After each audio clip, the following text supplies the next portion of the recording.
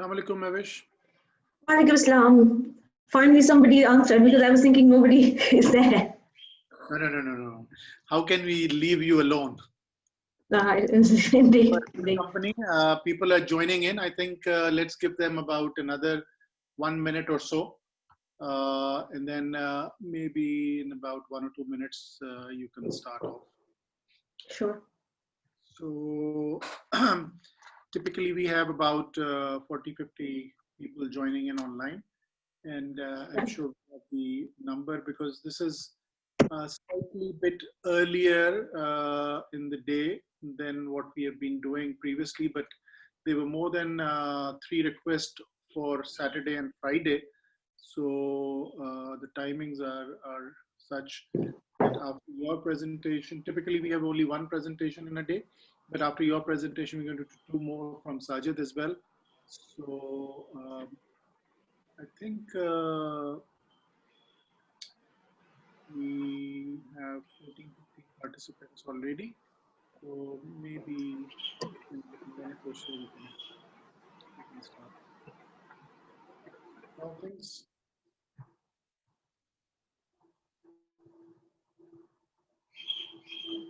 Your presentation is ready? Yes, I'll just start screen sharing. So just check your technical things and sort out. Yeah, I'll show you the screen and you can tell me if. Sure.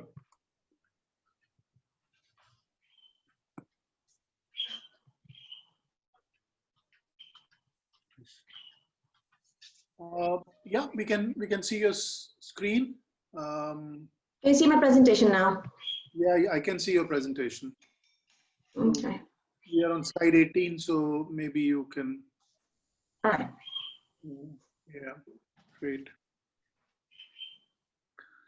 So for those of you who are don't know Mehwesh yet, they are missing a very good person and a very good urologist. She was trained in Al Khan University. She did a residency from here. Then she did her fellowship from the College of Physician Surgeons. She then moved to UK and worked with in Sharif, Mr. Mateen Sharif's unit for 2 years, almost 3 years. Yeah, it's almost 3 years. 3 years, and subsequently she did a fellowship in reconstructive urology from no better place than the UCL itself, with some of the biggest name on reconstruction in Western Europe. So she has completed that, and now she is a consultant at James Cook. And so it's a pleasure. And Mehwesh, thank you very much for being here this afternoon. So it's you and the audience now. Thank you very much, Dr. Mark. Thank you very much for your kind introduction. And obviously, I take it as being really fortunate to be part of the AQ alumni group and being a postgraduate of college physician and surgeons. And I can recall how much I was panicking when I was going for the exam, and pediatric urology always seems to be a very tricky bit of the syllabus. But my aim in this presentation is to cover the basic principles that will not only cover the reconstructive principles for pediatric population, but overall for in a general urology perspective. So the outline of my presentation is we will be discussing something about the background, what are the goals, aims, and objectives of doing a reconstruction. And we'll talk about the bladder dynamics and what will happen when these dynamics doesn't work. And we'll also talk about the evaluation and preparation of the patients who are going for the urinary tract reconstruction. I will also cover some of the main reconstructive procedures, their brief description, pros and cons, and how we follow up these patients. I've seen the program and I understand that the upper tract has been already covered, and there are also some very interesting talks on lower tract. So I'll try to focus on the very common procedures on my talk. So the primary goal of the management of children who have got lower tract anomalies is by far the biggest objective is to protect the renal function. And long-term aim is to also protect them from urinary tract infections. And if at all we can achieve continence, because usually the lower tract anomalies are associated with other congenital anomalies. And the idea is to minimize the need of any surgical intervention and do conservative management as much as we can. So my theory is whenever you're going for reconstruction, always remember there's less is more. So try to do minimal and achieve the most from it. But if you're going for reconstruction, being it a pediatric population or an adult population, the idea is to thoroughly evaluate the patient, engage the patient, and make sure that they are ready for that commitment, because this is going to be a life-changing procedure for them. These patients never get discharged. They need a very long-term follow-up and commitment. I'm sorry, just my slide is hiding from this, so I just have to move it away. All right, okay. So as you all know, the pediatric lower tract reconstruction, or be it any reconstructive procedure, they're all complex. And the idea is to reduce or correct the hostility in the native lower urinary tract and try medical management first. If it doesn't work, then move towards reconstructive procedures. And by and large, the bladder and sphincteric dysfunction are among the most complex pathologies in pediatric urology to deal with. And the biggest population is the spina bifida patients. And as you're all aware, the spina bifida is associated with other congenital anomalies. So you're dealing with a big spectrum of upper and lower tract anomalies as such. And you can also include the patients with exstrophy, persistent cloaca, and urogenital sinus, posterior urethral valve, bilateral single ectopic ureter, and prune belly syndrome. So they're all those patients who need lower urinary tract reconstruction. So, as I previously said, the most important factor that influences the outcome, of course, the surgeon's expertise and all that comes into account, but the most important thing is to engage the family and making sure that they're ready for that commitment, not only the patient, but also the family, and they're happy to provide a good care, because that's what you will need in long term. And all involved, be it the patient's family, patient itself, or the doctors who are treating the patient, they must be aware of the responsibility that goes along with bladder reconstruction and the urinary incontinence, because it's a lifelong commitment. This is a slide that I put up just to give you an idea, because this is frequently asked in the exam, and you're also asked to write these formula. The bladder function, as you're all aware, the major function is to store urine. So there are two dynamic phases. One is the passive. The first one is passive, which is storage function.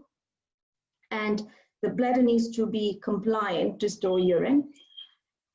In pediatric population, how we calculate the capacity, it's the formula by Koff and Keffer. I'm not going to read the formula, you can see it on the screen. The first one is proposed by Koff in 1983, and the second one is by Keffer.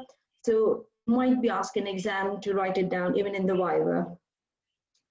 To store urine, the bladder has to be compliant, doesn't have to be thick-walled, and there has to be an appropriate combination of muscle and collagen that allows the viscoelastic property of the bladder to store urine at a normal pressure.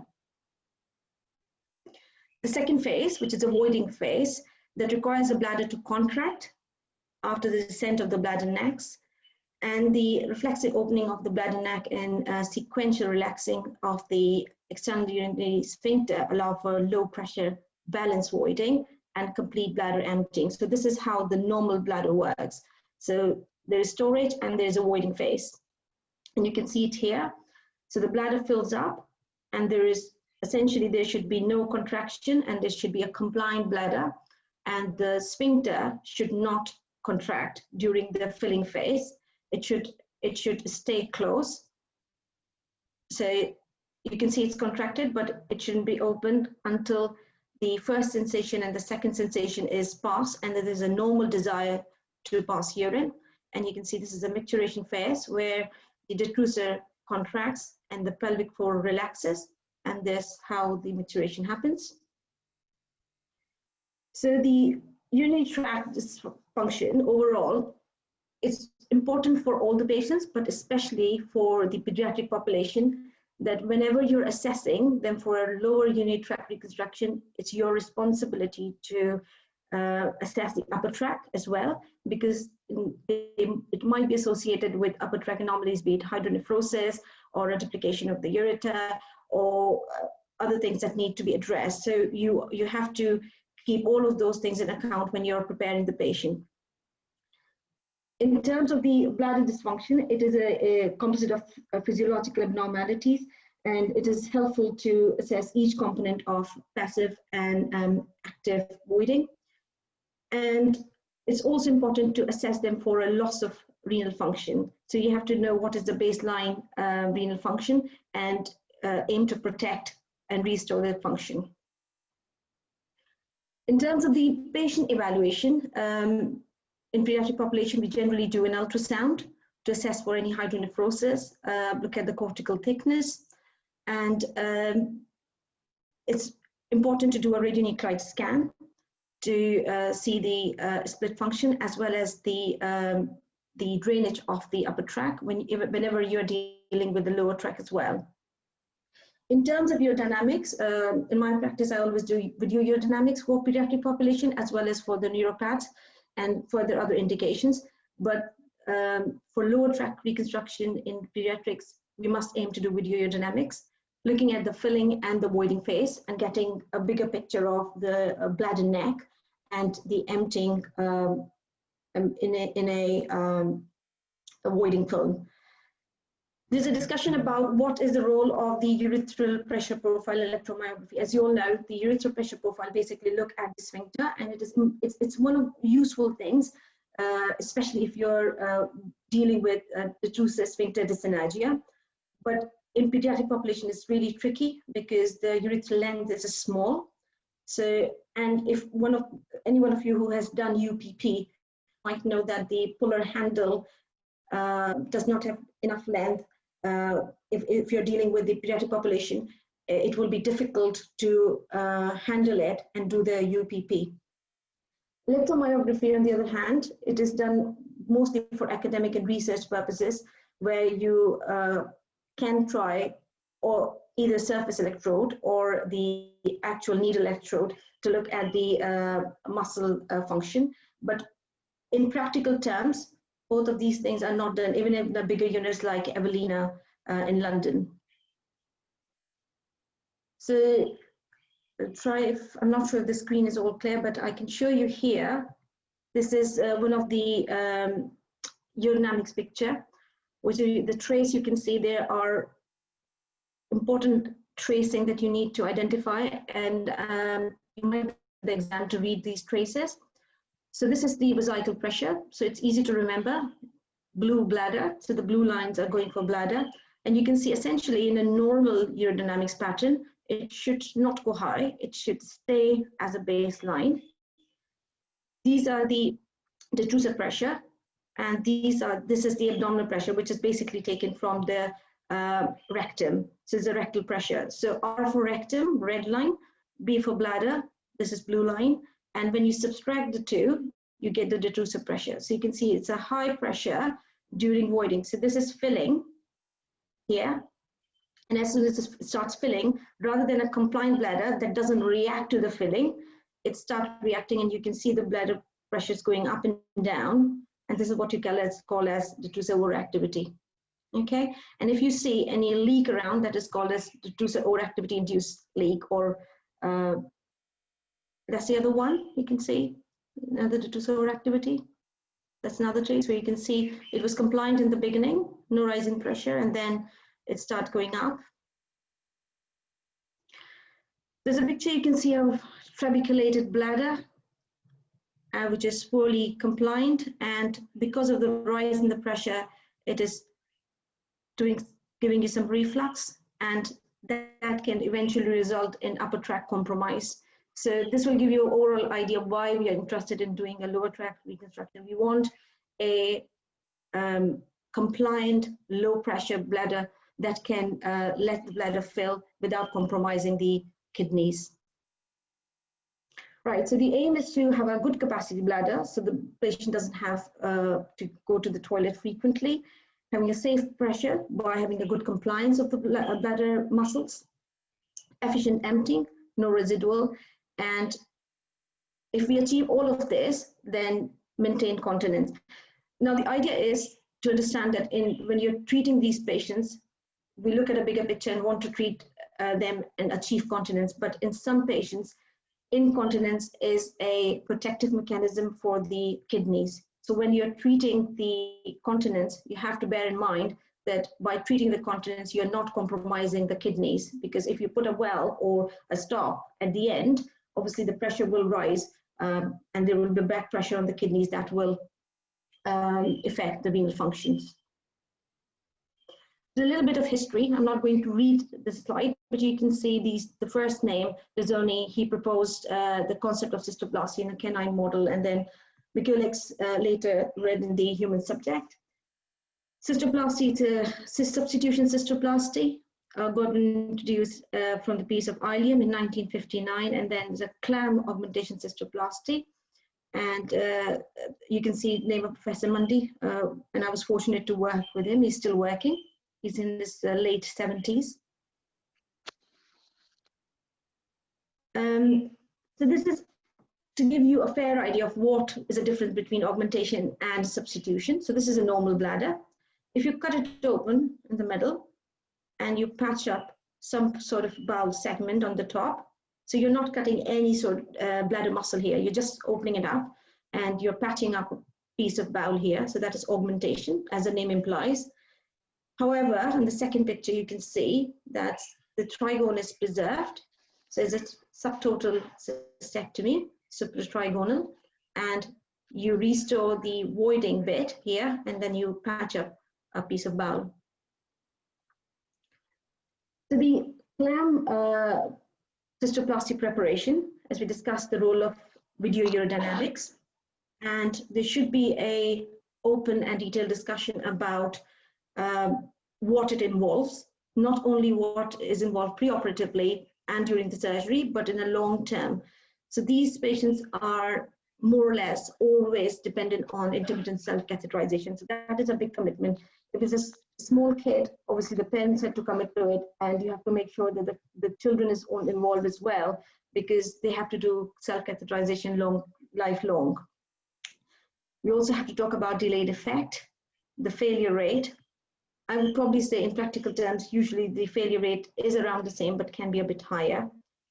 And the complications, I'll come to the complication bit again, because in terms of the exam, it's important to know the complication and their rates and how you will manage these complications. And this is my favorite line where it says, once bowel is used, a patient should never be considered normal, because there's a lifelong follow-up. There's an implication when you take the piece of the bowel. No matter how optimistic we think we can be, but this is a practical aspect to know that whenever you take a segment of the bowel, there will always be some changes in the bowel habit, and there will be a lifelong follow-up involved. Now, is the choice of the surgeon what sort of bowel segment they want to take. It can be ileum, it can be ileocecal segment, or sigmoid. It's usually ileum is the segment of choice, but in special cases, especially with children with different bowel anomalies and those who has pre-existing shortcut syndrome, you might have to consider an alternative bowel segment, how you want to open the bowel, and also what sort of additional procedures might have been required. So it could be a need of sling at the end of the procedure, because although you're increasing the capacity, it might not be able to achieve continence, because if the bladder neck is incompetent, then you have to do something for the sphincter as well. So there's a choice of artificial urinary sphincter, colpo, or sling. Obviously, colpo I've written because there's this line is mainly from my female reconstruction, but in children there is a role of sling. and microphone off. This is a picture, and I'll come back to it in a minute.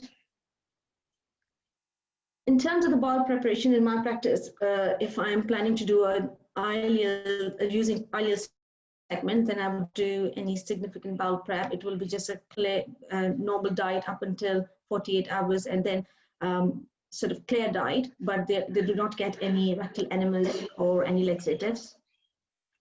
Or if I am concerned about their grossly constipated, that may be the case with some of the pediatric patients, then you might consider doing a proper bowel preparation.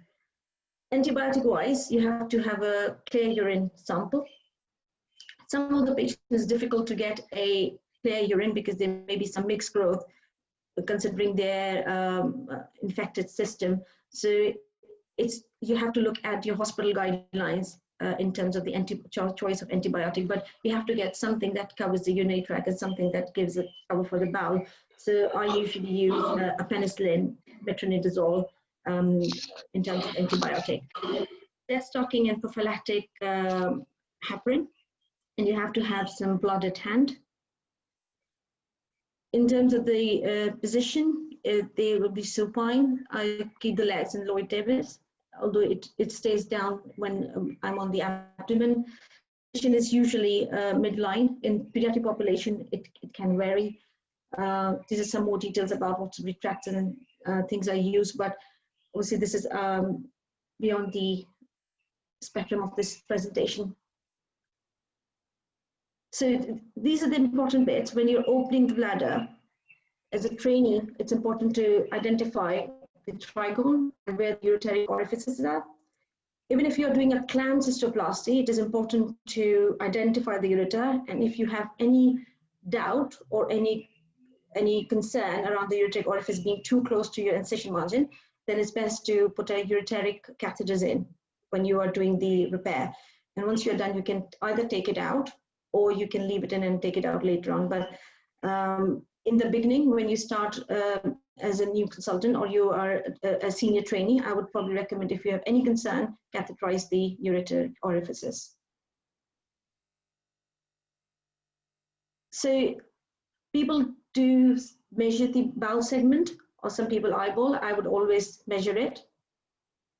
And it varies. People take from 15 centimeter to 25 centimeter. I would probably take 22 centimeter of bowel segment. And bowel anastomosis, there is always a debate about using the bowel, the staples versus hand sewn. I have done both. I think there's a bit more confidence with hand sewn anastomosis. They're all interrupted sutures, you know exactly how much, but I think it's just a matter of practice, what's your preference. But whatever you do, you have to establish and just stick to one thing. Then in terms of the bowel segment, once you take the bowel segment, you have to detubularize, and you have to, if you want to increase the capacity, you might consider giving it a U shape or a W shape. I'll show you in a picture. So that you can see, you have taken the bowel segment. You have to be wary of the fact that it's still attached to the mesentery. You don't want to compromise the blood supply. You have opened the bowel segment, it's detubularized, and once you open the patch, you bring it down and patch it up here. And as you can see, it's nicely sewn here. This is some people do a U shape or a W shape when they are tubularizing. So it's up to you what you, but in standard CLAM cystoplasty, it's just detubularization and patching it up. Right, so again, there is a variation of the practice in terms of how you want to do the anastomosis. But what I do is I post your flap first in 2 halves and then start each corner. And when we're doing the running sutures, continuously locking after each suture. All right, so it's important to leave a suprapubic and do a leak test at the end. Once I've finished the anastomosis, you have to leave a piece of omentum just for a safety measure. Leave a drain. It's important to leave both the catheters on free drainage. Leave a drain. and start them on a diet. So my practice is to start them straight away. They take fluids and they start clear liquid the very next morning, and then the diet is as tolerated. In terms of the catheters, it's important to flush the catheter and start cycling the catheters as soon as you can. But the flushing, I start on the first post-op day. So in terms of the outcome, these patients have significantly good satisfactory rate, both in terms of their symptoms as well as on urodynamics follow-up. About 90% patients have good reduction in the bladder pressure, a good volume is achieved, and they are continent and the kidneys are safe. If there's a pre-existing detrusor overactivity, sometimes that can be a bit of a problem. And in occasions, there could be a contraction of the bowel segment. You thought you have taken 15 or 20, and then when you patch it up, it contracts a bit. And it's more common with sigmoid. So you have to be wary of the fact. And that's why in the beginning, I would say until you are really, really sure, I would measure the bowel segment very carefully. It's not unheard of to post-op bowel obstruction. As I said, these patients, once you have taken the bowel segment, they are never going back to a normal bowel function. So there could be an altered bowel habit. Diarrhea is more common when if you take ileocecal valve, and it depends directly to the length of the ileum you have used. So they need a regular follow-up, not only in terms of their urinary tract, but also their bowel segment, and also the blood test check for the nutrients and electrolytes. So this is one of the other favorite questions in the exam about metabolic acidosis. So you must be able to explain the whole phenomenon. I'm not going to go into the detail of that, but you must be able to explain how metabolic acidosis happen and how you will manage.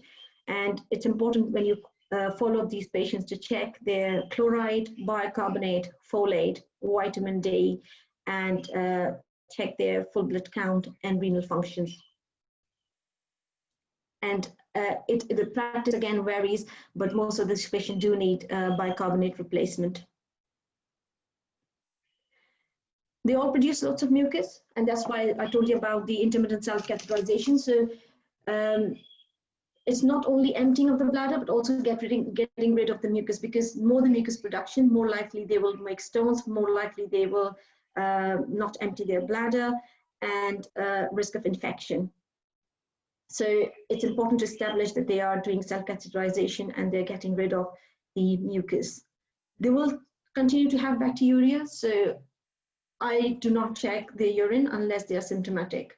In some practices they check urine, but I don't see at any point, because unless they have symptom, there is no indication to treat bacteriuria, unless you're dealing with a pregnant woman or a neuropathic patient who is going for an intervention or otherwise. What can go wrong in long term, apart from all these nutritional problems? It can overdistend and can cause high pressure of the bladder and compromise the upper tract. There can be ischemic cystoplasty segment. There can be shearing forces due to adhesions. And it's usually common in patients with spina bifida. And if you ask them, they will tell you that they have stopped doing IST for one reason or the other. So you have to be very careful when dealing with these patients. And it's not uncommon if they don't catheterize themselves. This can lead to a bladder perforation. To investigate this, you can use a CT cystogram, or some people do a plain cystogram. I would personally do a CT cystogram, and obviously then they would need a open repair versus conservative management, depending on the degree of the damage. You can see here, that's a perforation.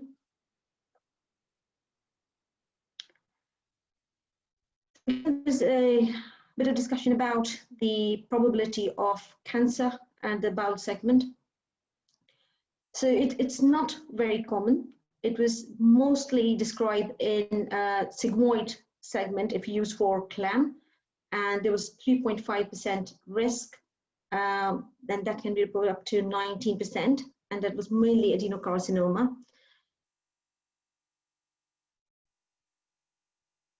So in our region, when we do not discharge these patients, they have got contact details. So when, as I said, whoever involved in the care of these patients have to take the full responsibility of their follow-up. So we have an open door policy for these patients to attend for hematuria. If they have any significant problem, they do not have to go to the GP. They will directly contact us in the unit. They need annual ultrasounds, and we have already spoken about the blood test. In terms of the cystoscopy, that can be asked in exam as well. So it varies. I have worked in different units, and unfortunately, there's no evidence-based available on when we should scope them. But major papers have concluded to scope these patients after 10 years. So that's what we practice as well, to start scoping them after 10 years.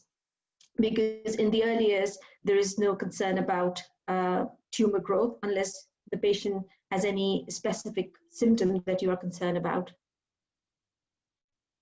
There are other segments that are used. Stomach has been used as well, so we can think about it. But I have never seen anybody doing use a stomach segment now in this era. There are other alternatives to cystoplasty as well, ureterocystoplasty and auto-augmentation and other fancy stuff. But as a matter of principle, what we have already spoken is usually used in clinical practice. You can see it here. That is a paper by one of my colleagues, Susan Bears, in 2011, where she's actually reported what is the commonest bowel segment used for cystoplasty, and you can see ileum is still being the most common because you have got so much length, and you can potentially won't harm the patient if you're using ileum, and you can use. You can see all of the segments are rarely used. In pediatric population, it is often complemented with Mitrofanov continent catheterisable stoma, and I have an expert already there. I can see Professor Sajid Sultan present as well, so he can also comment on the Mitrofanov. But I mainly do Mitrofanov for adult population, and most important part of the Mitrofanov catheterisable stoma is to make them understand that there is about 50% risk of revision surgery, and obviously that might vary with the pediatric population, but as I previously said, lifelong follow-up and risk of multiple revision procedures. But still, it's a very good procedure for pediatric population if they are happy to catheterize. Different segments are used to create Mitrofanov. It could be appendix, tuberized ileum, which is also called as the Monty procedure, and the stoma is usually created at the level of umbilicus or on the right iliac fossa. And there are different techniques. I think the most common one is VQZ technique. You can see it's being tubularized here. And when the patient is catheterizing, it's fairly straightforward, but obviously it can stenose as a child grows. There can be a problem with the length, but usually it works really well in pediatric population. This is how it looks from the cystoscopic view.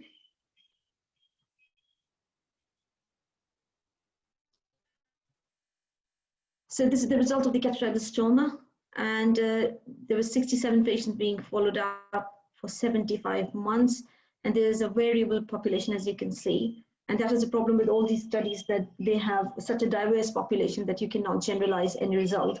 But this can show you what sort of segment is most commonly used. So it's majority would like to use appendix if present, but as you can imagine, these children go through multiple surgeries and have other congenital anomalies, then you might have to think about alternate segment if appendix is not present. As I said, it's just glass half empty and half full, about 50% complication rate. You can also say no complication in 48%.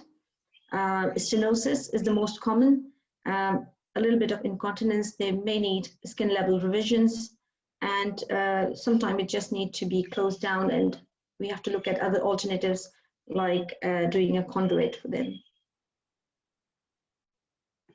So I tried to show you about something about sphincter. So why I put a sphincter is because sometimes these patients, despite having a clam and a microphenol, they need something for their bladder neck, and AUS has been defined in pediatric population, and I thought it would be good if I can show you a video. Let me just go to the video first.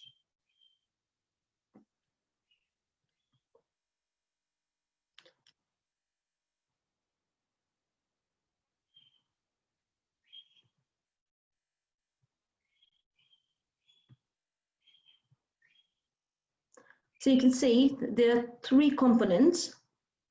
So this is the pump. Sorry, we are not able to see your video. I'm sorry. Are you showing the video right now? Yes, I'll just hold on. I'll just go to, because I think you're still seeing my presentation. Yes, that's right.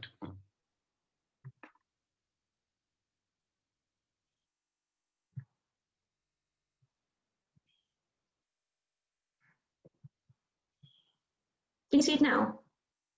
No. You need to share screen again, probably. All right, I'll try again.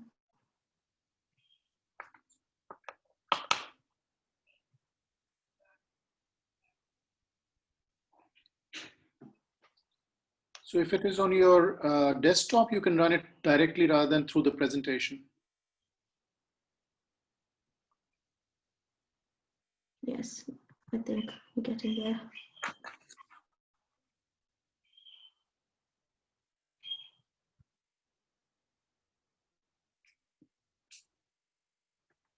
Can you see it now? Yes. Right. Okay. This is a very basic video. I just wanted to give you a fair bit of idea of what it involves. There are 3 components of the AUS, and it's typically same in pediatric and the adult population. So that's the pump, that's the reservoir balloon, and this is the cuff. So that's a pressure regulated cuff.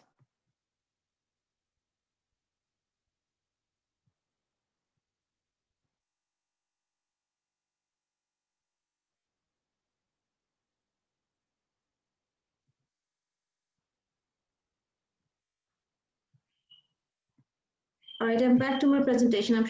I hope you can see it. Yes, we can. Yeah, so that's what exactly happened.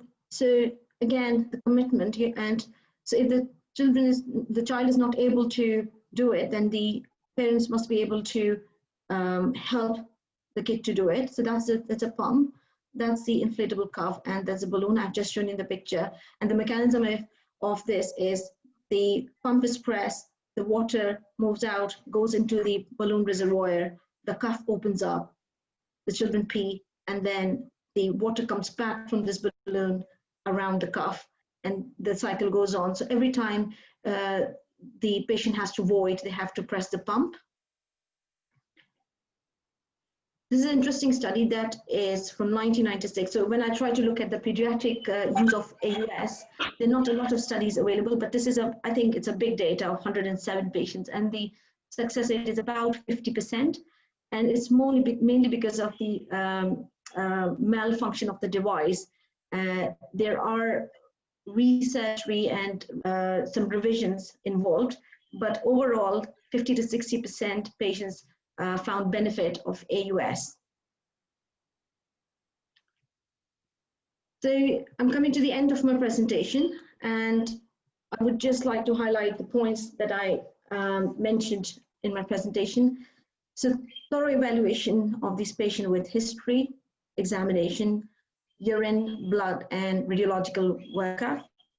It's absolutely mandatory to do urodynamics. If you have a facility, I would always do video urodynamics. And always remember, less is more. The minimum you do is the best. You must discuss in detail, in depth, about the pros and cons of any procedure that you choose to do for the patient, and especially mention self-catheterization and see if they are committed and engaged with the process. And you must tell the patient and the family that they do need a lifelong follow-up, and there will be ups and downs throughout, and there will be management that will be required throughout their lifetime. Thank you very much. Right.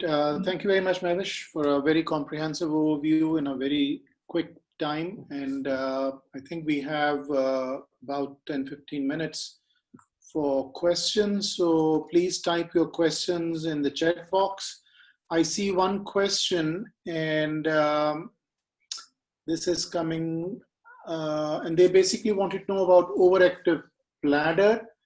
Do you always treat them with medical therapy, or is there a need for interventional treatment at some point in time? So as I said, you should always aim, be it an adult population or pediatric, that deal with them with most conservative option and medical management. And the same rule applies for pediatric population. I would treat them with a conservative approach and a medical treatment. If that doesn't work, then we will move to the least invasive approach in terms of surgical intervention. So what are the cutoffs in terms of their bladder capacity or frequency of voiding or upper tract deterioration? So what is the point at which you say that, well, medical treatment is not functioning? Symptomatology is obviously, and what we call in adults as a refractory OAB. Yeah. What are the cutoffs in children? Are they any different from just symptomatology? I think it's more symptomatology, and as you're aware that my basic population is not pediatric, but what I can understand from the literature is if they continue to have rising blood pressure, in their bladder pressure, and if there is a video urodynamics evidence and the radionuclide evidence of upper tract deterioration, it is a point where I would intervene. So they do need annual scans and interval urodynamics. So that will be my guide. Okay. There's a question about is CIC mandatory for all patients undergoing augmentation? I mean, I think all patient means all children undergoing augmentation. Yes, yes, I would say so, because there will be one or the other reason, but by and large, they will all need CISC. Now there is a question saying that what if the bladder is still overactive, if they're still symptomatic following a cystoplasty? So, yeah, that's really interesting. It's really interesting, and it happens, and you don't have a lot of options here. So, you can assess and see if there is just an overactivity and they are just symptomatic. Then you would try to give them some more anticholinergic and see if that works. I have also given Botox in my augmented bladders, so that is another option you can try. If that all fails, then you have two options. Well, one option, you have to do augmentation once again. You have to take a big step, but that you have to understand that this is a major undertaking, because when you will find loads of additions, and you are again compromising the bowel length, so more metabolic problems. So you have to put all of that into your conversation with the patient and the parents. So you can choose either ileum or colon in that case. Yeah, I mean, the choice of bowel segment, and we know that we all heavily tilt in favor of small bowel ileum. Yeah. So easy to harvest and so easy to use and so easy to handle, with ileal anastomosis holding on in vast majority of cases. What about patients, children who are CKD, who have renal dysfunction, and you have to use substitution or major augmentation, CLAM cystoplasty? Yeah, So we've done one with the whole right, so we did actually a right hemicolectomy. So we have taken the whole right hemicolon and the part of the ileum, part of the colon, because we didn't have any other option. So you have to make a judgment, and that's, I think, the beauty of reconstruction. So you go with a plan, but when you go in, you have to make up your mind what segment you want to use. You might think that there's a lot of ileum, and I would probably use it, but the quality of the bowel is not great, or there's a lot of additions, so then you have to change the plan. And I have seen my colleagues, my senior colleagues, using colon in a redo procedure, because perhaps there is a theoretical benefit of accommodating higher pressures. So that is one explanation to that. Right. You mentioned about the artificial urinary sphincters in children, and I'm curious to know whether the difference is only the size, and what is the youngest age in which you can use an AUS in a pediatric population? So again, I don't do adolescents. So my colleague does adolescents, and I think his cutoff is when they have the body physique where they can accommodate and they can understand the process, because there's a bit of commitment involved. I wouldn't say a bit of commitment, there's a lot of commitment involved for that, and they should understand the process of cycling and recycling the AUS. So I would say the cutoff of around 12 years, roughly. Right. I don't see any further questions. If there are, okay, no, so there's one question from Bilal. One of the complications of cystoplasty is mucus production. So the question is that use of small bowel would always have the risk of mucus plugs and mucus production. So how long do they keep producing mucus? Forever. That is a problem. They will continue to make it forever. So obviously I've inherited a lot of patients from my predecessors, and they are follow-ups of 30 odd years. And the main problem is their mucus production, and that's why they need to do ISC. Maybe they're emptying their bladder, but still they need to do CISC once a day to get rid of the mucus, because mucus production is a property of the bowel. So when you're putting the bowel segment into the bladder, it will, acclimatize to the environment, but not to the extent that it stops producing mucus. It will produce mucus, I would say, lifelong. Yeah, I mean, once a bowel, always a bowel. Yes, so, of course. Yes, absolutely, absolutely. So there's a question about augmentation, and is there a defined cutoff in terms of the glomerular filtration rate to use a small bowel? Can you do it in patients who are to a certain extent azotemics, or is there a defined cutoff in terms of GFR? We usually say creatinine clearance of 40, but I have also done a CLAM cystoplasty in somebody who was going for transplant with an eGFR of 10. So it all depends how closely you're working with the nephrologist, because if they're waiting on a waiting list for a transplant, then you have to treat the lower tract in order to give them a safe upper tract, if that makes sense. There's a whole cycle. So we often do cystoplasties for an end-stage renal disease patient to prepare them for a transplant. So it depends what you're planning for their future treatment. Yeah, I mean, the further questions as well from Dr. Majid, and previous questions on the same line about the metabolic acidosis component of using a small bowel in CKD patients.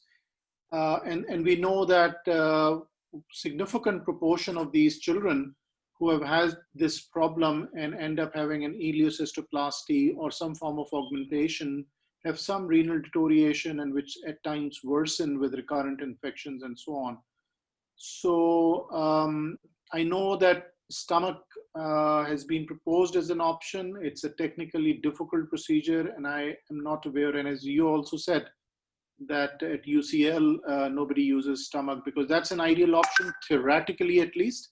You're getting rid of all the acid. So you are countering the total effect of metabolic acidosis in children, but I know this is not something which is done quite frequently.